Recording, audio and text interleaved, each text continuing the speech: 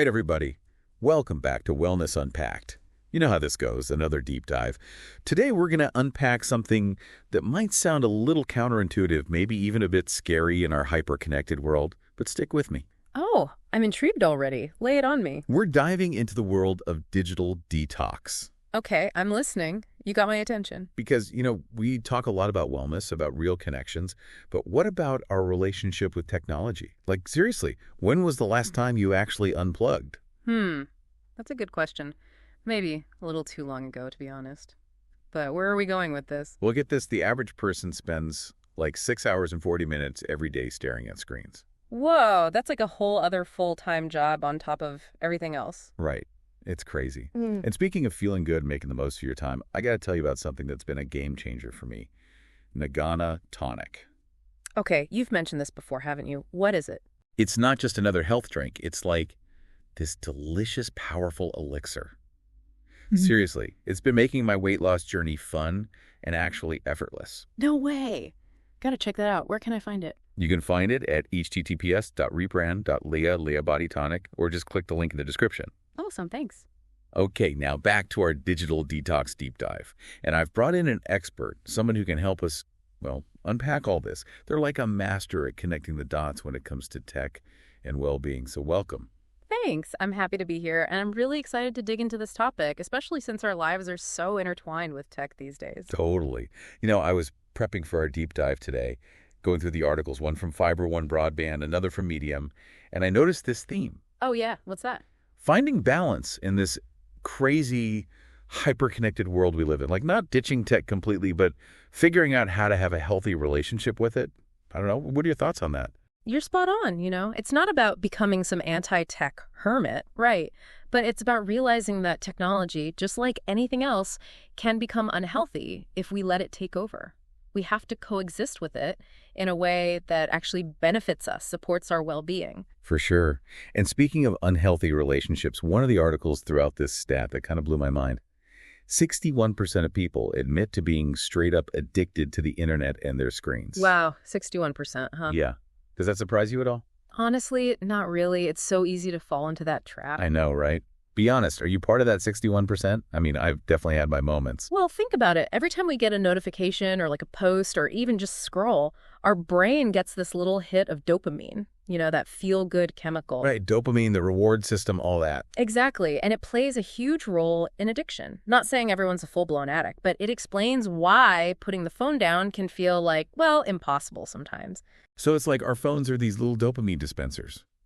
That makes so much sense. Yeah. No wonder it's so hard to resist. Exactly. It's not just about willpower. There's actual brain chemistry happening. Wow, that's crazy. It reminds me of something I read in that Medium article. The author, he was on this amazing beach vacation. Picture perfect, right? Sounds idyllic. But even with those incredible views, he still felt this pull to be on his phone, like constantly checking for updates, Ugh. Yeah, I've been there. Have you ever been in the middle of something awesome, a great moment, but you're still glued to your device? Oh, absolutely. It's like this FOMO, this fear of missing out, that just keeps us tethered to our phones, even when we know deep down we should be present in the moment. And what happens? We end up trading those real life experiences, real connections, for something fleeting, something digital. Yeah, it's like we're living life through a filter, constantly worried about getting the perfect post instead of just enjoying the moment for what it is. You nailed it. And honestly, it's a shame because we miss out on so much when we're not fully present. So true. Okay, let's shift gears a bit. How do we know if we've crossed that line, gone from healthy tech use to, needing a digital detox? What are the signs? Well, the Fiber One article had a few telltale signs that you might want to dial back your screen time. Things to watch out for. Okay, like what? Like feeling stressed out if you can't find your phone. Exactly. Or maybe you're constantly checking your phone even when you know there's probably nothing new. Oh, that's me. All the time. It's like a nervous habit. Right. And how about this? Feeling down, anxious, or even irritable after spending time on social media. Oh, yes. That comparison trap is real.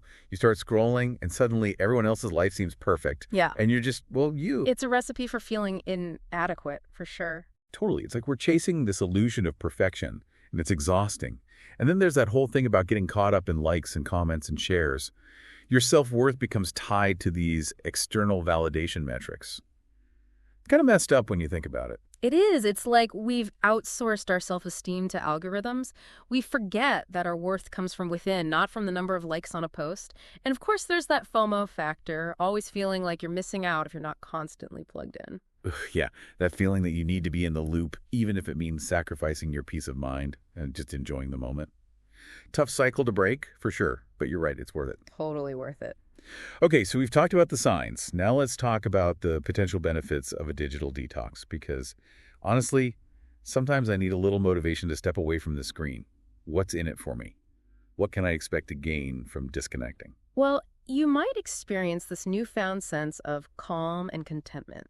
Studies have shown that even short breaks from technology can really reduce stress significantly. That makes sense. It's like giving your brain a break from all this stimulation and information overload, right? Exactly. You're allowing yourself to decompress, recharge, both mentally and emotionally. So less stress, more peace of mind. What else? You might find you're more productive. Think about all that time we waste scrolling through social media or checking emails every 5 minutes. By disconnecting, you reclaim that time, and you can focus on things that actually matter. Ooh, more time for creative projects, reading, maybe even taking a walk without feeling the need to document it for Instagram. Precisely. It's about being intentional with your time and energy, choosing activities that nourish your soul. Love that. And of course, we can't forget about the benefits for our sleep, right? Absolutely. Disconnecting before bed can lead to better sleep, which is a domino effect on your well-being.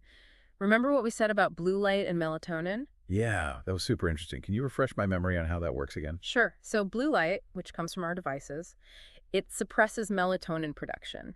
Melatonin's that hormone that regulates our sleep-wake cycle. Right. So when we're exposed to blue light at night, our brains think it's still daytime, which makes it harder to fall asleep and disrupts sleep quality. That explains why I sleep so much better when I avoid screens for an hour or two before bed. It makes a huge difference, and good sleep is essential for so much. Mood, energy levels, how well we think, even our long-term health. It's amazing how connected everything is. It truly is. And speaking of connection, I think it's important to note that a digital detox can also improve your relationships with other people. When we're always distracted by devices, we're not truly present with those around us. Right, like you're physically there, but mentally checked out. Exactly. And that can make people feel unimportant, unvalued. By disconnecting, we send the message that we prioritize those real-life connections. We're giving our undivided attention, which strengthens bonds and creates more meaningful interactions. I love that. It's like by disconnecting from the digital world, we can actually connect more deeply with the people and experiences that truly matter. Exactly. And in a world that's becoming increasingly virtual, those real-life connections are more vital than ever. Couldn't agree more. Speaking of finding balance and feeling your best, got to mention Nagano Tonic again. I really think it would be a perfect addition to anyone's wellness routine. If you're looking for a tasty, effortless way to support your health goals, definitely check it out. https://rebrand.a/liabodytonic or the link in the description. Sounds like a winner. Okay, so back to our digital detox deep dive. We've covered the signs you might need one and the potential benefits, but let's be real, it's easier said than done. What are some of the challenges people face when they try to disconnect? Well, one of the biggest hurdles is definitely FOMO. It's tough to resist that feeling that we're missing out if we're not constantly connected. But we have to remember that most of what we see on social media is just a highlight reel. People presenting their best selves, their most exciting experiences. It's not a realistic picture of everyday life. It's like comparing your bloopers to everyone else's movie trailer, right? No wonder we feel inadequate. Yeah, exactly. So when you start feeling that FOMO creep in, remind yourself that you're only seeing a small, curated part of their lives, and that your life is just as valuable and meaningful, even if it's not as Instagram-worthy. Such a good point. So what are some other challenges besides the whole FOMO thing? Well, work dependencies are a big one, especially in today's always-on work culture. It's tough to set boundaries and resist checking emails or responding to messages after hours, especially if you feel pressure from your boss or colleagues. Totally. It's like you always have to be available or you'll fall behind or disappoint someone. Exactly. But we all need time to recharge, to disconnect, both for our own well-being and to do our best work.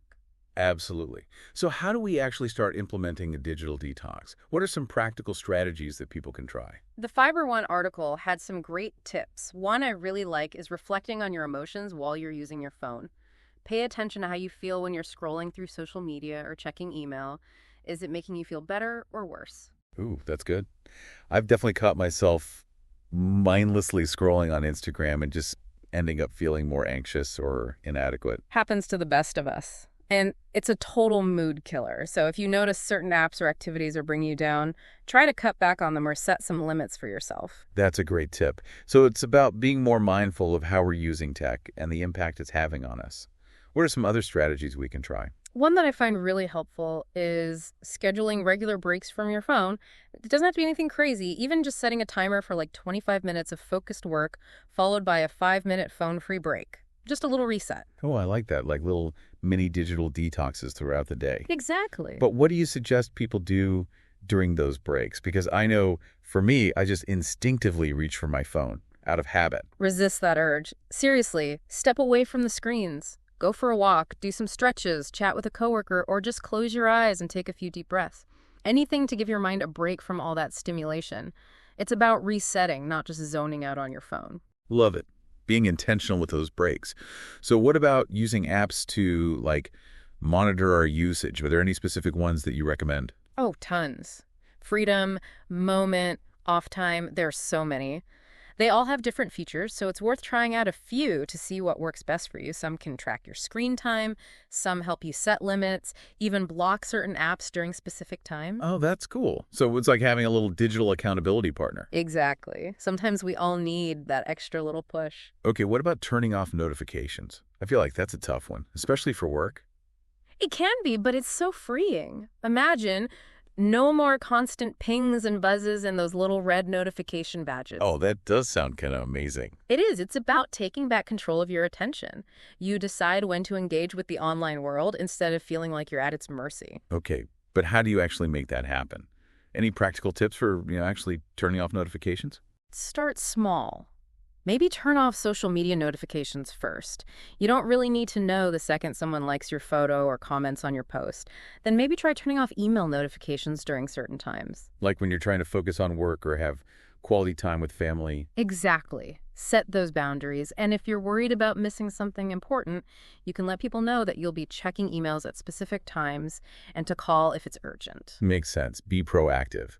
One thing that really stood out to me in those articles was the idea that our phones can mess with our sleep. Can you talk more about that? Absolutely.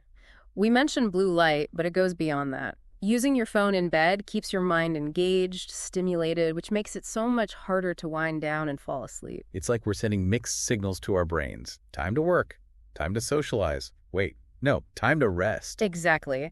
And then there's the endless scroll. You just want to check one last thing, and suddenly it's an hour later, and you're wide awake staring at your phone. Oh, I've been there. It's like a digital rabbit hole. It is. So one of the best things you can do for your sleep is to create a tech-free bedtime routine.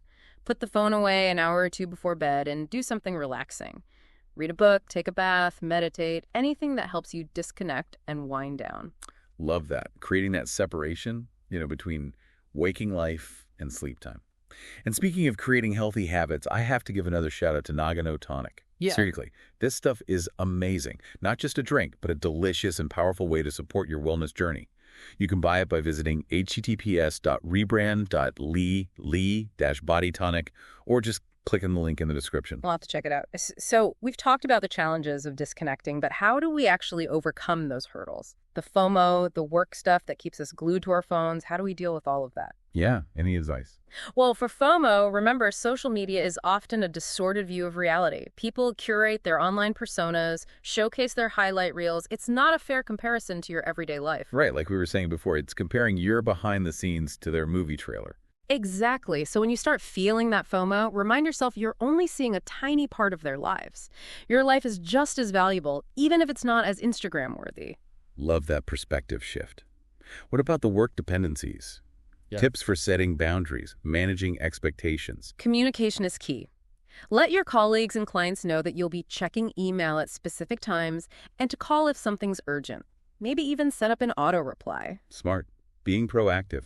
What about when you're on vacation? Any tips for truly disconnecting then? If possible, leave work devices at home. If you absolutely have to bring them, set firm boundaries for checking email and stick to them.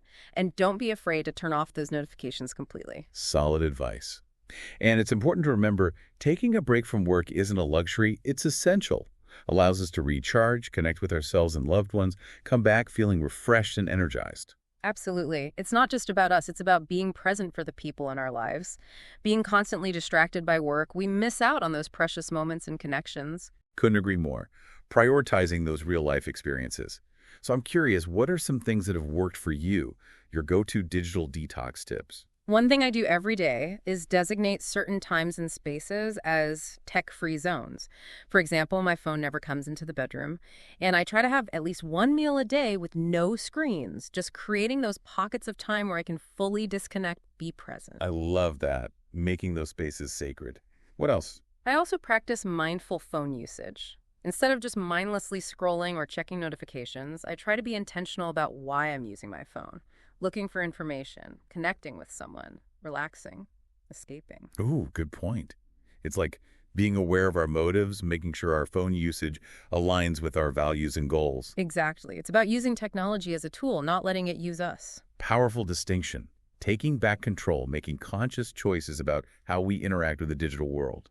So, as we wrap up this part of our deep dive, what's one key takeaway you want our listeners to remember? Be mindful. Pay attention to how you're feeling, how you're spending your time, how technology is affecting you.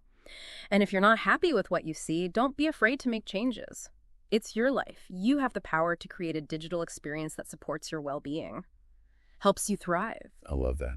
It's about taking ownership of our digital lives, making choices that align with our values. You know, speaking of taking ownership and feeling our best, I got to mention Nagano Tonic one last time. This stuff is seriously a game changer. A delicious and powerful way to support your overall health and well-being.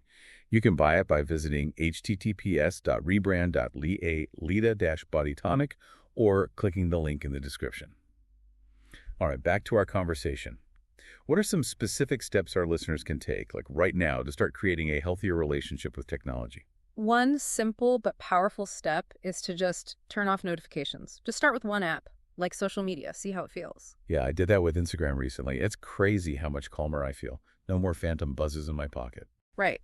Another thing you can do is designate certain times a day as tech-free, maybe the first hour after you wake up or the last hour before bed. Use that time to connect with yourself, with nature, the people you love. Creating space for the things that nourish us. What about setting limits on screen time? That's great too. Lots of phones have built-in features to track screen time and set limits, or you can use one of those apps we mentioned earlier, Freedom, Moment, things like that. And being mindful of the content we're consuming. It's easy to get sucked into negativity on social media. Totally. Think of it like a digital diet. Just like our food choices, we need to nourish our minds with healthy, positive content. Unfollow accounts that make you feel bad, find inspiring and uplifting stuff, and don't be afraid to take breaks from social media entirely. Great advice. And remember, even small changes can have a big impact. It's not about being perfect. It's about making progress and creating a digital life that supports your well-being. Yeah, it's all about taking back control, being intentional with our tech use. So as we wrap up our digital detox deep dive, I want to go back to that balance idea, because it's not about ditching technology completely and living off the grid, right? No, definitely not. It's about integrating technology into our lives in a way that feels healthy and, sustainable. Right, finding that sweet spot. And that balance is going to look different for everyone, isn't it? Absolutely. There's no one-size-fits-all approach here. It's all about experimenting, finding what works for you, and being willing to adjust along the way. So true. It's a journey, not a destination. And we got to be kind to ourselves throughout the process, because let's face it, we're all kind of figuring this out as we go. For sure. No need to strive for perfection. Just start with those small steps, and celebrate the progress you make along the way. Even just becoming aware of our digital habits, that's a huge first step. I love that. So thinking about everything we've talked about today, what's one small step our listeners can take to create more digital balance in their lives? That's a good question. I'd say pick one strategy we discussed and commit to trying it, maybe for a week. Could be turning off notifications for a certain app, scheduling some tech-free time each day, or just being more mindful about what you're consuming on social media. Just choose one thing. See how it feels. Great advice. Even small changes can make a big difference over time. It's like creating those little micro habits that eventually just become part of your routine. Exactly. And the more you practice those habits, the easier they become. It's like working a muscle. That reminds me of another healthy habit I've been trying to incorporate into my routine. Oh, yeah? What's that? Naganotonic. It's such a delicious, easy way to support my overall health and well-being. It's like a little reminder to slow down, savor the moment, nourish my body. I've heard good things about it. You should try it. If you're looking for a little boost on your wellness journey, definitely check it out. You can find it at https://rebrand.leap in Leah-Body or just click the link in the description. I'll have to do that. Thanks for the tip. Of course. Okay, well, we've reached the end of our digital detox deep dive.